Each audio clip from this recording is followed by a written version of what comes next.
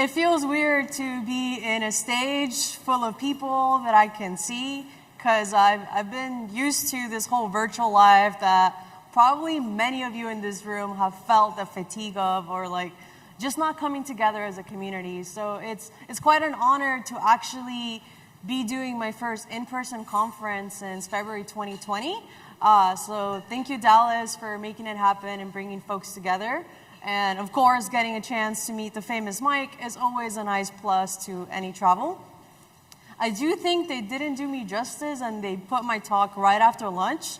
So I'm gonna try to be funny, which I told someone earlier, I'm not a funny person on stage.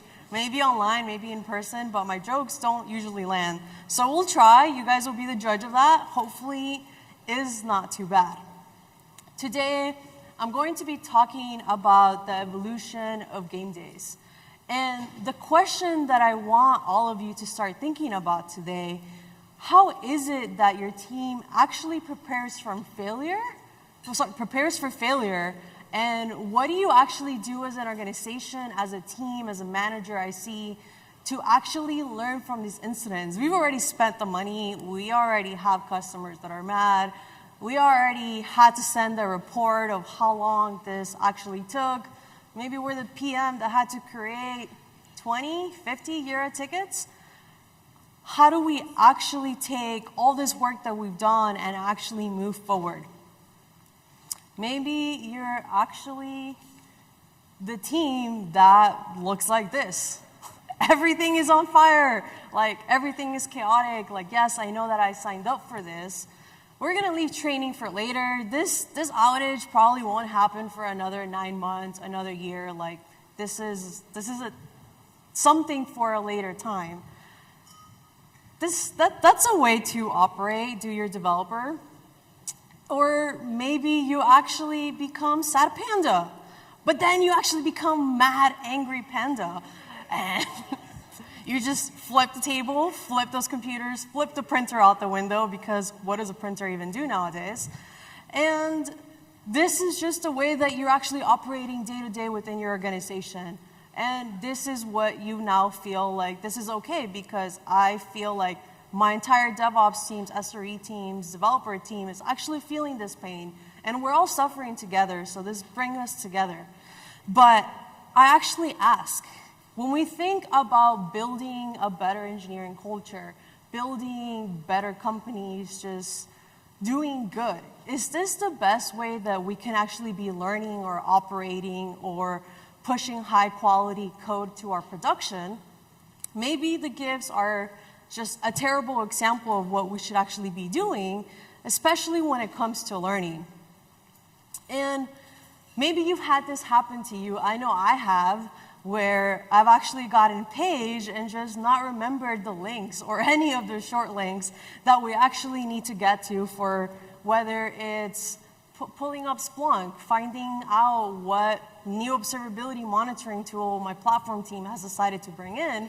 Of course, these are problems that just get worse as your company scales up or you're in an enterprise organization. But that moment of panic where you're just like, uh-oh, I need to do something, I don't know what to do. How do we make sure that we start minimizing those moments? Maybe you're working on a distributed team and you are the only person that is getting paged and you're just wondering what's actually the incident management process that I need to follow with this. How do I actually find out how many customers are being affected? How is our services being degraded? Do I actually declare this incident as a high severity incident of 0, of 1, since they all have different processes that we need to go through? Or how do I actually let the other team know that services are going down? Are we at a startup that we just add here on general because this outage is quite large? Or we are now rolling this into an outage channel, starting incident in our status page or in any of our incident commander toolings that we have. But these things are all very reactive. And I continue asking the same question. Is this the best way that we can be operating and learning software? Or is there something to be discussed for us to actually be doing this in a better way? And And to get everyone on the same footing of some of the things that I'm going to be talking about today, I want to make sure to talk about the cost of downtime. We all know that the cost of downtime is extremely expensive. Maybe some of you have read some reports that give some numbers to this, but it actually turns out to be a little bit like $5,600 per minute that a company is down. This information is from a Gartner report in 2019, so I say take this data with a grain of salt because this is pre this entire chaos of 2020, 2021, 2022 that has happened that makes all of our systems be online more, that the cost of downtime per minute and hour continues going up. We're now looking at $336,000 that we're actually losing for that hour that we're down. And when we start thinking a little bit bigger scale, when we look at companies like Amazon, this can actually turn out to be $13 million of money that they're losing. Yes, our company might not be as big as Amazon, but it's something to keep in mind. Large-scale systems, a lot of dependencies, a lot of customers that you're actually dropping the ball on. Maybe you actually have service-level agreements with them, and you actually need to pay folks back. And that's going to bring up that cost up a lot more. And there's a lot of metrics and data that goes into an organization to find out how much they're actually losing every time that they're down. We have that very standard one where it's just, we're not making any money because our database is having latency issues, or we're actually not processing our orders because we're having a timeout with our banking payment service that's happening, and that now leads to a revenue loss. It's easy to pinpoint that number.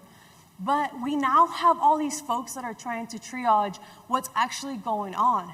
As folks are triaging, they're actually not doing the job that they were hired to do, which is just trying to make systems get better. They're now having to deal with, I got to firefight because there's an issue that's affecting 20% of our customers right now, and we don't want to lose them. Then, with the folks that are firefighting, we know that DevOps, SREs, engineers, they all talk, and it comes to the point that you're very much tired of constantly getting paged at 2, 3 in the morning. You can do it here and there, but when it's cutting into your Friday, Saturday, Sunday time with your family, or football, or just things like that, you start getting a little bit more reserved with the way that you operate at work. That ends up leading to employee retention. Folks start leaving the organization, more folks leave, it becomes a reputation of maybe you don't want to work there. Then that leads to losing more customers, and that affects more revenue. And the last one is the brand deformation, where if your company is offering services and it lets a lot of customers down, this can get picked up by local news or larger news or just a Twitter storm of angry customers, and folks start moving to competitors. So, yeah, I covered it was expensive. What do we actually do with knowing that it's expensive? How do we actually learn from that? Well, what if I actually bring a meme that is actually what we're supposed to be doing? Maybe all of you remember Disaster Girl meme from 2004. We want to be seeking learning opportunities out. Maybe this is something that your organization has and you're calling it differently, but this is where GameDays exactly comes in. This is also maybe seen as resiliency or availability testing, preparing for high peak traffic, chaos engineering. However you want to call it, you're actually going to be making planned conditions in order to light a fire and create a disaster. This image was taken when the girl was just 4 years old. She's about to graduate from UNC now. And the story behind this is that the Medina Fire Department was actually doing a burn training in 2004. And when the dad found out, he was like, I actually want to take my daughter. Like, this could be fun. And they got a chance to go, and this picture ended up making it out in the news. So not a real disaster was going on in the back, which makes her like smile even better. And And with that, it was that where nobody was hurt. Everybody was fine. This was a planned procedure. Someone donated a house, told the fire department, use it to run your exercises. Let's make sure that your entire team knows the process to follow. Who's going to be going and connecting to the fire hydrant? Who's going to be the first person that walks into a house and does any type of life check, figure out if there's any humans or any type of pets that they can actually recuperate? And how do you actually follow that with the communications and bringing things out, going back in, calling for more support, having the communications with the police? If you think about it, that's similar to what we have to do with incidents that happen in our world.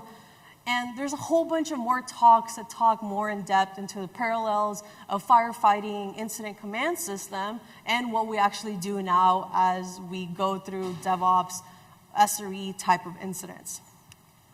And a fun fact for anyone that is doing or was doing the whole cryptocurrency stuff, this meme actually sold for 180 Ether about 9 months ago, so prior to that big dump that happened. But it's still pretty cool that a meme that we all kind of saw, and this girl now grew up and is finishing college, and she has money to pay off loans, so good for her. So going back to GameDays, I've been working in reliability for a bit, and I've been doing these type of things called GameDays, but they all have taken different names. So when you ask me, what exactly is a game day? I have started to form many definitions of it. And as I was building this talk, I was like, let's go ahead and put Anna Wright's definition. Game days are a time to come together and learn from each other.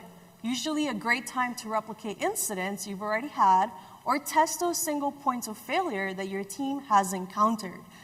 So there's many ways that you can interpret that. I see it as a learning opportunity where 2, 3, or more people come together.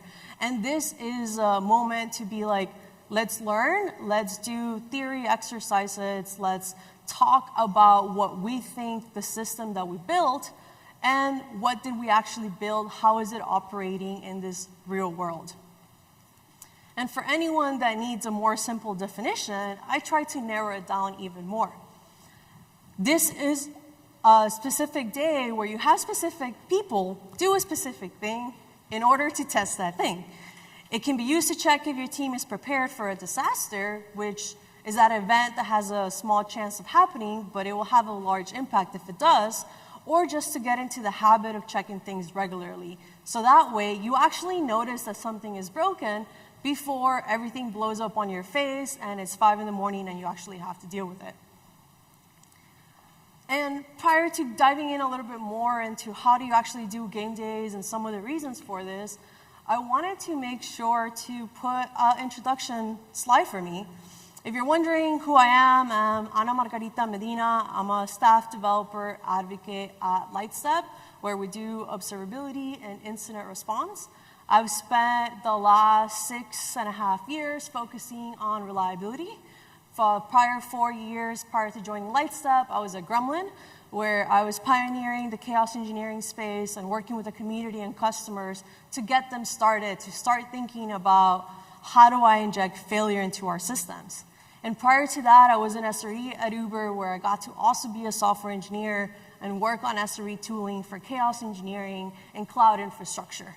So really enjoying the space where we get to make a system better, but specifically focus on reliability and making our customers happy. As Mike had already given me a shout out, I am a very proud Latina. I was born and raised in Costa Rica, and my parents are from Nicaragua. I currently live in San Francisco, California, and I make sure to make this a big point in my talks because I've been in rooms where I was one of the only ones that looked like me, and I just want to tell anyone that feels that way that you belong here and there's a space for you in tech.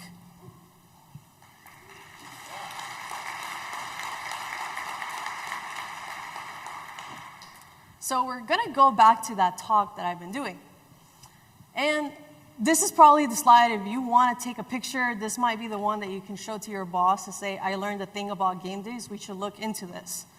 Some of the wins that you actually have with game days actually come from the entire stack of your product development cycle. So you can be learning as you're building, and I say it in the mean of like, if you're a startup that says, I am not ready to do these advanced DevOps SRE practices, I say that's actually not very true. You could be better at your job sometimes by doing these type of failure scenarios. Of course, a lot of it comes with PMing, kind of helping orchestrate what that all looks like. There are many reasons to do this, and as I said, my background does come from chaos engineering, so sometimes I will throw some chaos engineering references in there. For me, that first one is being able to expand a mental model. Everyone has been in tech for very different years. They've touched very different code, very different systems. They've worked with very different people or dealt with different incidents. The mental model that Veronica has is not going to be the same mental model that Edgar has. And that's completely different, and that's okay. There's no right or wrong. But how is it that these two people can actually come together and talk about what they observe, what they see, how they've learned that maybe their implementation of their database or their caching layer with Redis actually burned them 2 jobs ago? Like, we now get to take those learnings and make a better thing. So when we do something like GameDays, you're actually bringing moments where all these engineers from different levels, from different parts of your organization, come together to talk about those mental models and say, hey, Billy, we actually had an incident just on our website, and a lot of it was because of the way that we're actually calling these JavaScript libraries. If we were actually able to cache them in this way, or actually host them on a different provider, we will have less latency. Other folks in the room might not have that context unless they were firefighting with them. So being able to expand those mental models not only is going to make your engineering organization more resilient, but it's also going to allow folks to level up in their career. And we want to be sure that we're constantly doing that. As I mentioned, my background does come from chaos engineering, and I work with all sorts of customers. And one of the things that I really enjoy is when you come together and you use some form of this game day chaos engineering practice to actually battle test things. So 2 examples of this. Do I roll out my own Kubernetes implementation, or do I go into the cloud and do a managed Kubernetes? They have a lot of pros and cons. Those pros and cons list is going to be very different for your organization. And if you're able to roll out both at the same time, do some failure scenarios, and be able to find out, have I actually set up scaling policies vertically and horizontally for my clusters to actually be okay with the demand that my users are actually having?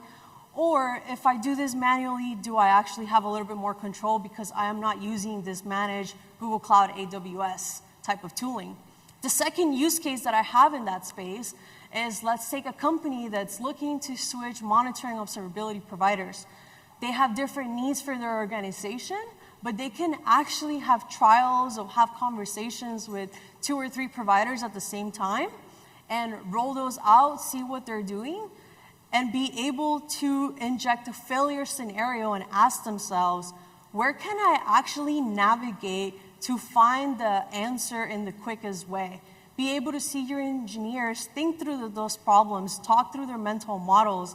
That is that moment where you're able to be like, oh, actually, this platform might allow for you to specifically find in the heat map a certain information that then narrows down specifically to the trace that tells you which is the port that's actually doing this type of chaos in your system. We all know that creating processes can be really hard, and this is a way to actually be like, we actually need to have runbooks. We need to make sure that we're documenting how to properly do a backup, how to properly fail over from California over to Washington and such. So if you're thinking, this is all very hectic, and a lot of the DevOps concepts that we're talking about during these 2 days might be too much work, there's some ways that you can make it fun and engaging for your organization to take part in it. I know I'm not the only one in this room that has gotten Page, and that runbook is 180, 200 days old, and you're just like, I think if I copy and pasta all this stuff, I still have a job tomorrow. I'm that doggo that's like typing on a keyboard. It's not great practice to do that whatsoever. Like I said, let's create something better when we think about the engineering that we're doing now. How about we actually update those runbooks so that they're not becoming stale? And that comes also with replicating those incidents. They were really expensive. Let's learn from them. If we're actually able to create runbooks for a lot of the failure scenarios that we've been seeing in the last 2 to 12 months, maybe our engineering organization can actually have their MTTR and MTTD slowly start declining. And of course, this is a great moment to actually come together and do chaos engineering experiments.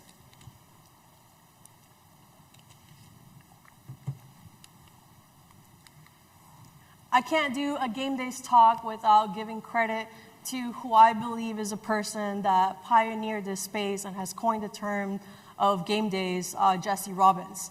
Jesse Robbins has given talks about GameDays in the past. One of the ones that I got a chance to check out was 2011 Lisa, where he talks a little bit about his firefighting experience and the work that he was doing at Amazon in order to stay resilient. For him, his definition of a game day is that it's an exercise designed to increase resilience through large-scale fault injection across critical systems. I think it was also really cool that he made his own job title at AWS, and that was Master of Disaster.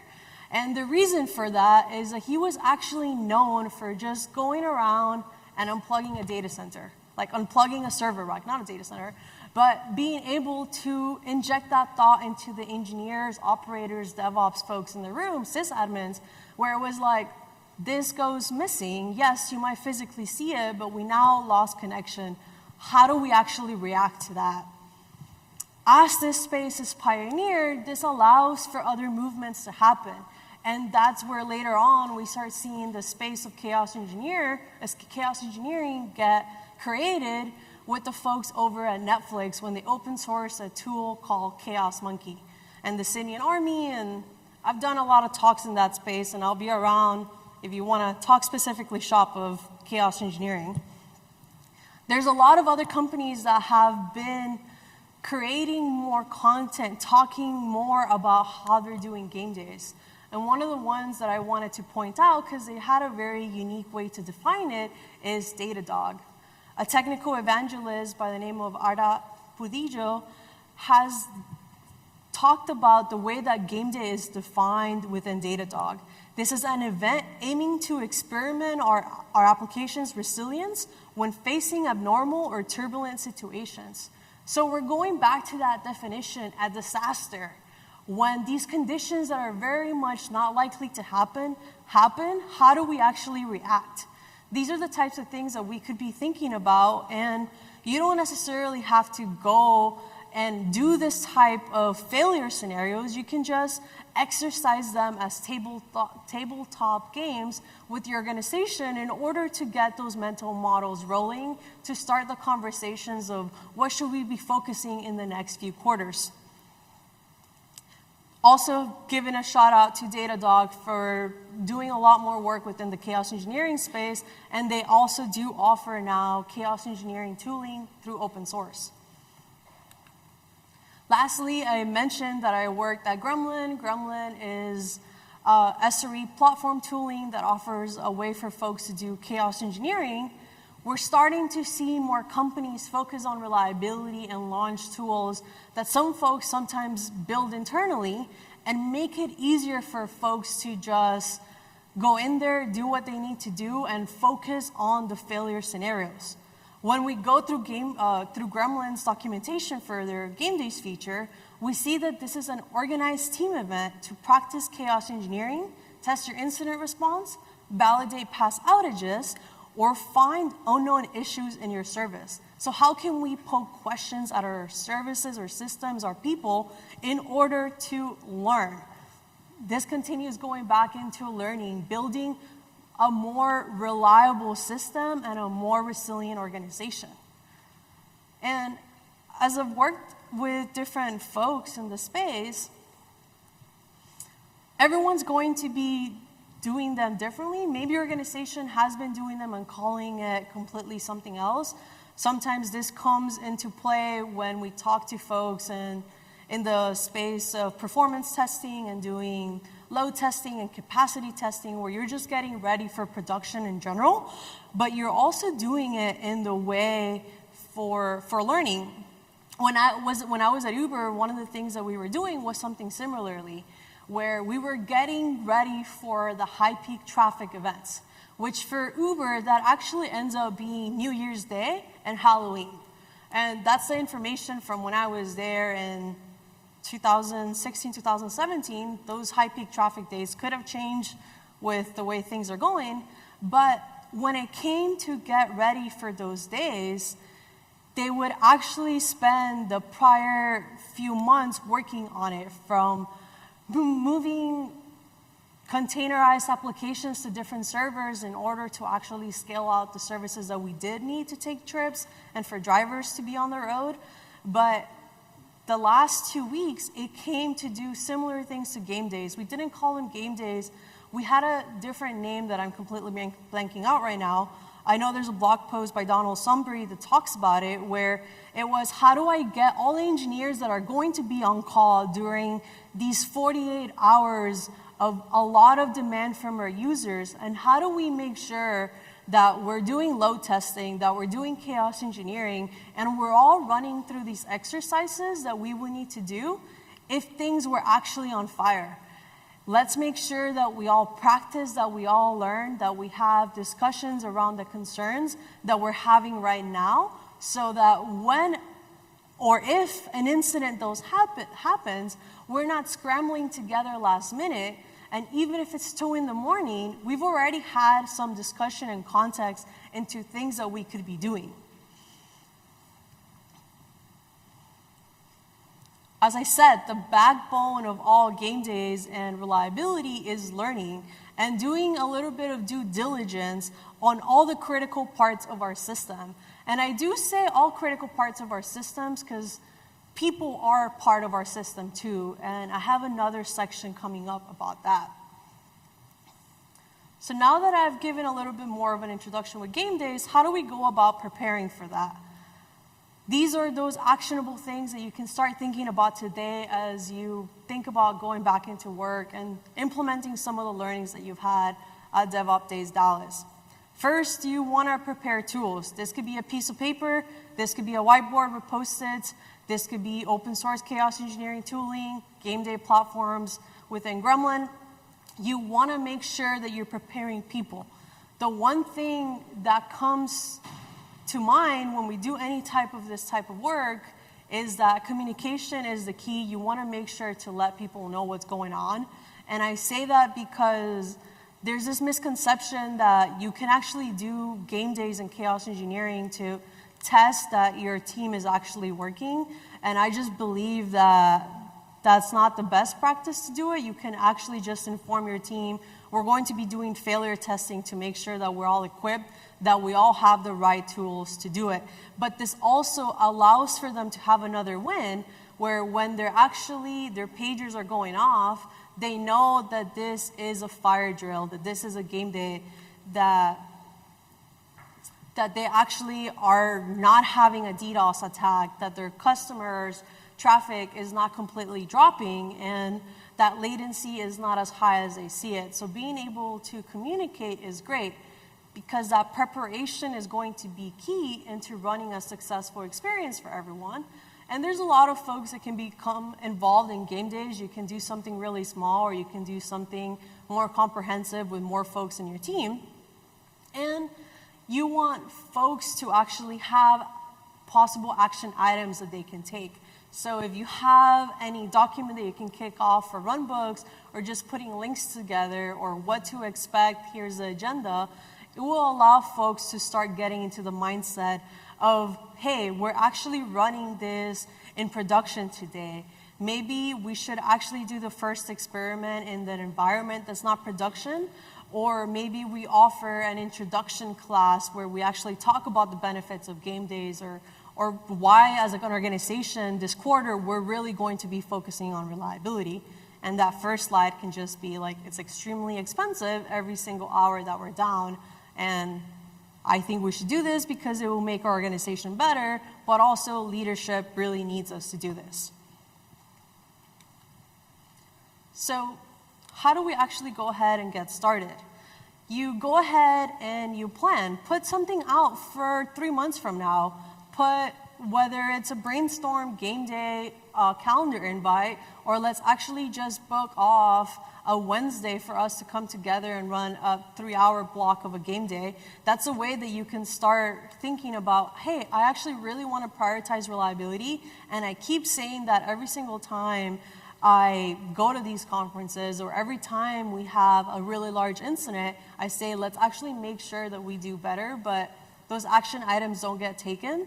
Just throwing a calendar invite for you and 4 people is a great way to get past of that moment of you're frozen.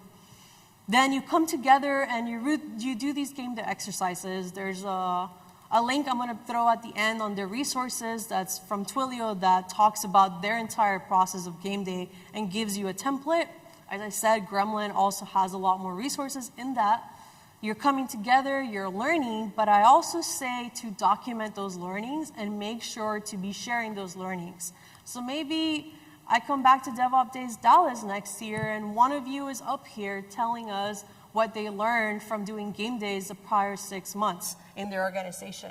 Or maybe you submit to another technology conference about those learnings, or you're blogging on Dev2 or Medium of like, hey, these are some of the things that we're taking in order to, these are some of the things that we're doing in order to take resiliency and reliability seriously in an organization.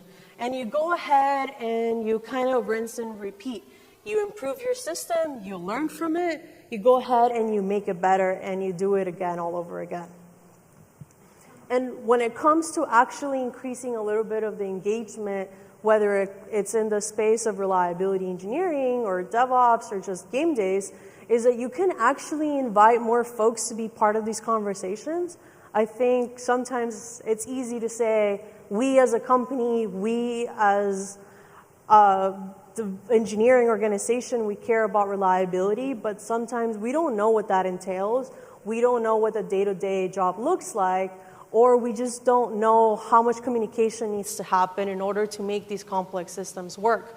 So one of the ways that Gremlin we were doing internally and with our customers is that we would actually tell folks to invite a VP, invite a director, invite interns, and bring them to the room. And when they're doing these exercises of injecting failure into the system, they're actually going to be observers. So there's going to be someone that's running the show. There's someone that's injecting the failure. And maybe there's 5 or 6 people that are actually looking at monitoring observability tooling, checking the user experience, looking at logs, just overseeing what folks are seeing. And that's something that you can easily scale. But it allows people to feel like they're part of something. Like they're purposely coming together and saying, we as a technology engineering organization, we are here, we're dedicating 3 hours of our day this quarter to focus on reliability. And I do think inviting entry-level folks is needed. And I say needed because we really need to level up folks in general within DevOps and SRE space. And at the same time, you want to make sure to be sharing those mental models. You want them to continue going on their learning journey and start thinking of how do we build the next system? How do we make this complexity that we have within our environments right now a little less complex, or how can we actually look at this problem differently? And I've mentioned that you can do these game days in theory just by doing tabletop exercises, but start growing more engagement by actually doing them in person, not in person, by actually doing them with failure actually happening to your system. The other thing that I wanted to chat about, which almost becomes its own talk, is that you can actually use your error budgets and your service level objectives to innovate and run game days. So for folks in the DevOps space, Not sure how familiar folks are with service level objectives, service level indicators. I'll go a little bit into that. But there's some organizations that they have budget aside every single quarter for them to innovate, for them to not be reliable, for them to be okay with their systems not working at the best type of way that their systems could work. So you want to think about actually leveraging that budget for innovation and failure testing. The way that you can see it is that you're actually wasting failure time by not getting close to breaching the service level objective. So we have this meme that says, "Shut up and take my money," that we all kind of use on Twitter or just funny slides. I say we actually make it be, "Shut up and take my error budget." Like, take this error budget, let's actually innovate and think about how do we make our things more reliable. And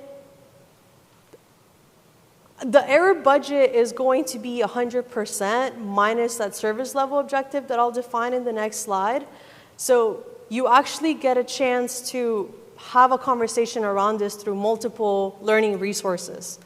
The ways that they work is that at the end of the day, you have this 0.05%, 0.1 that you're actually able to fail, where it's okay if your requests have a larger latency than just 500 milliseconds and things like that. And I'll show an example up next. But the purpose of having things like service level indicators and objectives is that they get to balance reliability with innovation. When we look around or when we ask folks in the room, can you actually answer, did you over-engineer your reliability? Do you know what that looks like? Do you know what over-engineering is? Did you spend too many resources and all of a sudden, in a sense, you're too reliable and it's actually too expensive due to your users' demands? Having those discussions is really hard. So we want to make sure to find a way to quantify those, to one, standardize them, measure them, be able to track progress over time, but also this later gets used in other platforms as a way of creating like quality gates of like, hey, are we actually not having the most reliability with this new version that we're releasing, that SLO is going to be breached, so we actually need to improve our code and our services to make it better. So as I said, I'm going to talk a little bit about SLIs and SLOs. That SLI is that service level indicator. The way you can think about it is a two-dimension metric that answers what should I be observing and what should I be measuring. These are things that you're already kind of looking at your system or that you're actually able to observe and quantify. Some examples of this is thinking of it, as I mentioned, that two-dimension metric that gets talked about in the Google SRE books and SLO books, that is the number of good events over the total number of events, and that becomes a success rate. So when we look at something like availability, you see the amount of requests that are actually happening to a service, and we then look at what is that successful response. How many of them are actually completing green? And when we're looking at things like latency, what requests are actually faster than expected? And that's going to be the set threshold that you set for latency on itself. Those are just little posts on the soccer field, is what I would say. How do you actually map that out to some goals? That's exactly where SLOs come in. Those are service level objectives. What is the reliability goal for this service? Where is it that we want to go from here? What is the roadmap? What is it that I want to be serving for our customers? And some of examples of that is keeping that proportion also of good events over total events in a bucket of time. So when we look at things like latency, it would be 99% of the requests under 1,000 milliseconds. So now we're actually time boxing it. We're having that proportion, but we're also able to now just say that the quantity is 99% of those requests. Same thing with availability. We're able to start looking at those 9s as we know in the space of reliability. How many 9s of uptime do you actually want to have? And that allows for you to figure out your error budget for downtime in general as an entire organization. So that may have been a lot of buzzwords. That may have been a lot of head scratches of like, I really have no idea what you're talking about. You lost me because this is too SRE specific. So the way to break it down, once again, is that SLI is that indicator metric.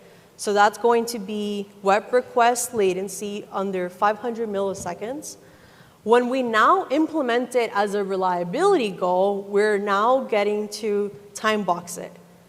95% of those web requests have a latency over 500 milliseconds over a rolling month. So only 95% of those web requests actually have to be hitting this reliability goal. That other 5%, it's okay if they do not. Then, the beauty of doing things like service level indicators and service level objectives is that you can roll those up into contracts with your company or contracts with your customers. So you'll see that multiple companies have SLAs within themselves of like, you're a SaaS company, what is the SLA for customer support? What is the SLA for amount of downtime that you might have?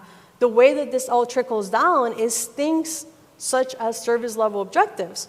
So for the example that I'm describing, that service level agreement that we now have with our customer is that only 90% of those web requests actually need to have less than 500 milliseconds of latency for this 1 month, or the customer is getting that money back. So we actually built in a buffer between our SLO and our SLA so that we make sure that we're not having our company lose so much money, but we also now have room to play between that error budget. And that error budget, as I said, is 1 minus that SLO. So when we look at the error budget for this, we see that 5% of web requests exceed latency over 500 milliseconds in a rolling month. So if we had 1 million requests, there's a 5% error budget that says that out of those million requests, 50,000 of those requests in a rolling month can actually be slower than 500 milliseconds for a response. And that's actually really neat to be able to know, hey, this is actually the amount of freedom that we have to innovate and play around with failure. And I do mean it when I say if we're not using those error budgets, we're actually just wasting money that organization has set aside to build a better system. And if you're really curious of learning more about SLOs, SLIs, SLAs, there are books about service level objectives. One of them is the Alex Hidalgo book that I've heard really great things about. I haven't read myself. There's a conference called SLO Conf that specifically talks about putting metrics and data to your reliability goals. And the folks over at Noble 9 have an SLO platform, and they're one of the sponsors for today. So also go ahead and check them out. How does this all come together? Well, some food for thought that I want to leave today is a tweet that I've been quoting by Amy Tobey, where we talk about the way that a lot of these site reliability engineering concepts come about. And SRE ends up just being an implementation of the way that we're doing DevOps, except we're focused on reliability. So now within the terms that we have in SRE, we just look at what we can measure. What is it that we have? We have all these observability, like traces, metrics, logs, things like that. We want to take the learnings that we have within observability and improve on our service level objectives so we have better reliability goals in our organization. We want to make our incident response better, and we want to be doing chaos engineering. But at the same time, when we work on our service level objectives, we're making our incident management process better, which is only going to allow for us to be faster at doing some of our chaos engineering. So it ends up being this continuous improvement of constantly bringing together developers and operators to all be in the same room. I did say that there's a lot of parts of our system, and humans are a big part of it. So I wanted to call out other single points of failures that we can actually be experimenting on when we talk about game days.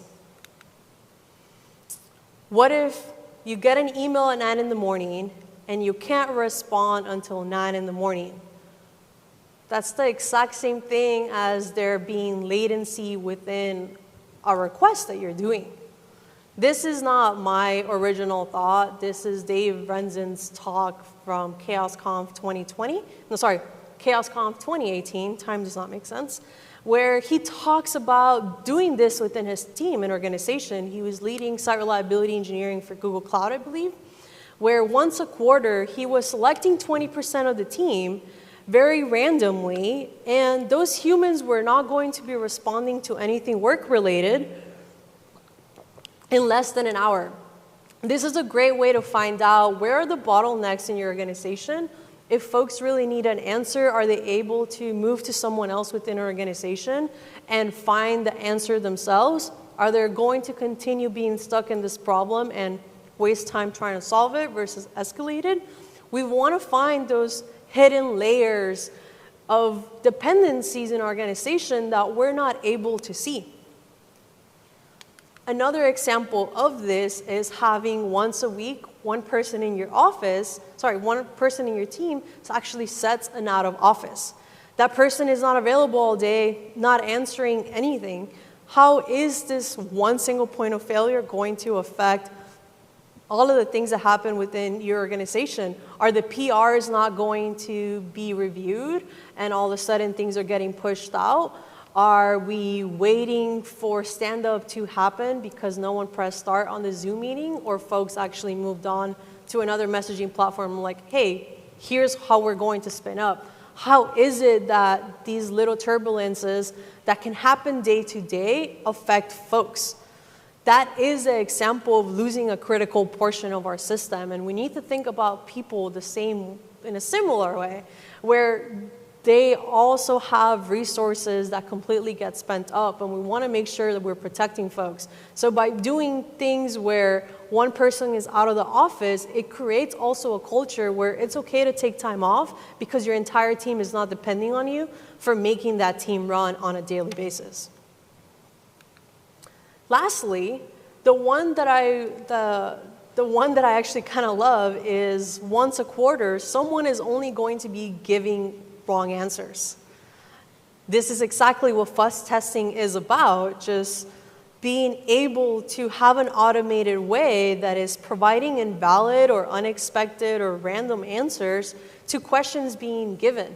How is it that we can build more trust within an organization, or maybe find out who's saying that answer sounds fishy, or like our documentation is not up to date? How can we make sure we make it better?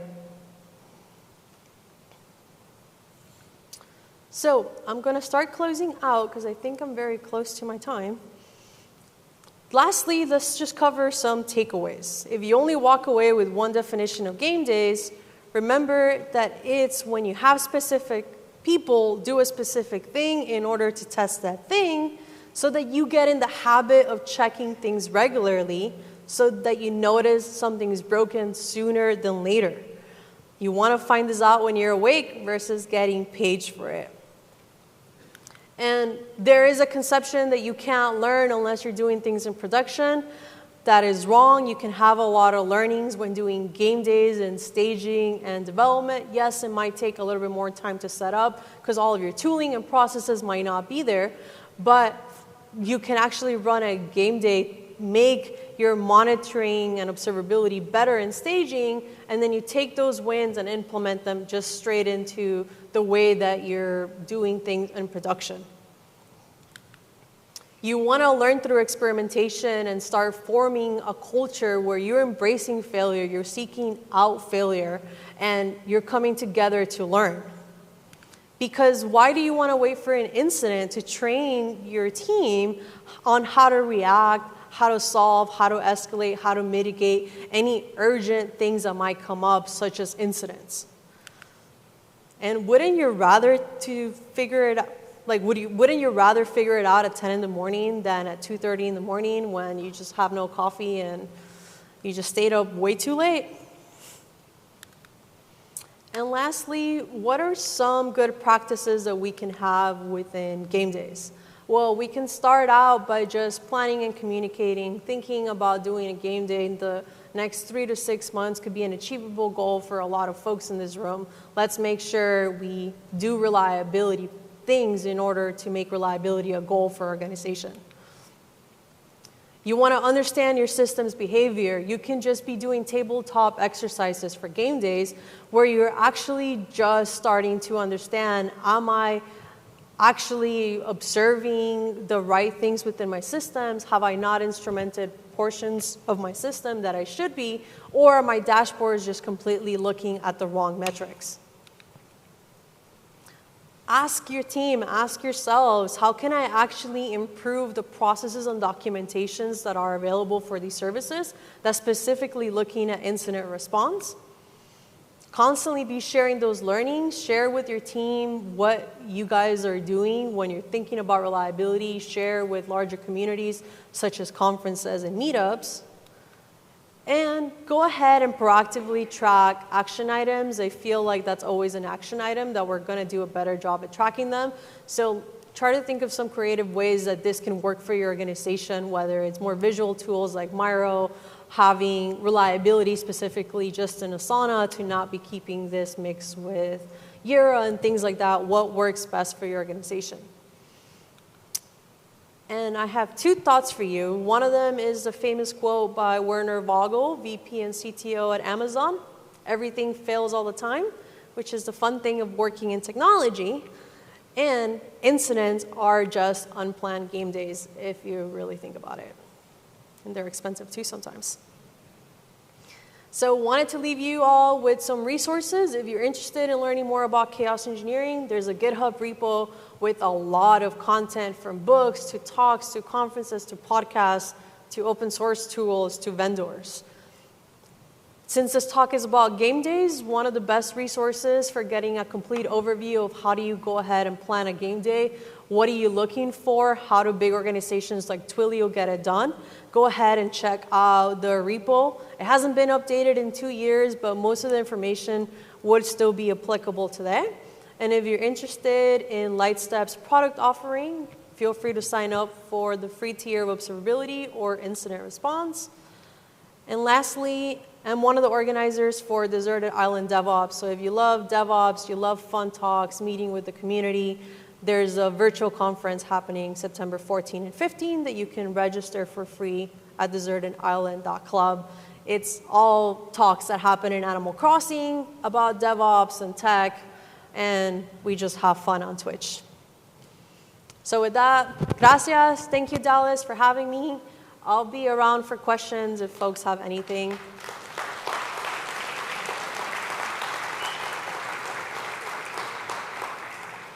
And the last comment I was going to make, I'm going to be dropping my slides on Twitter, and then I'll post that link over, I think, on the DevOps Days Dallas Slack channel. And you can connect with me on LinkedIn or on Twitter, or feel free to say hi if you see me around the conference.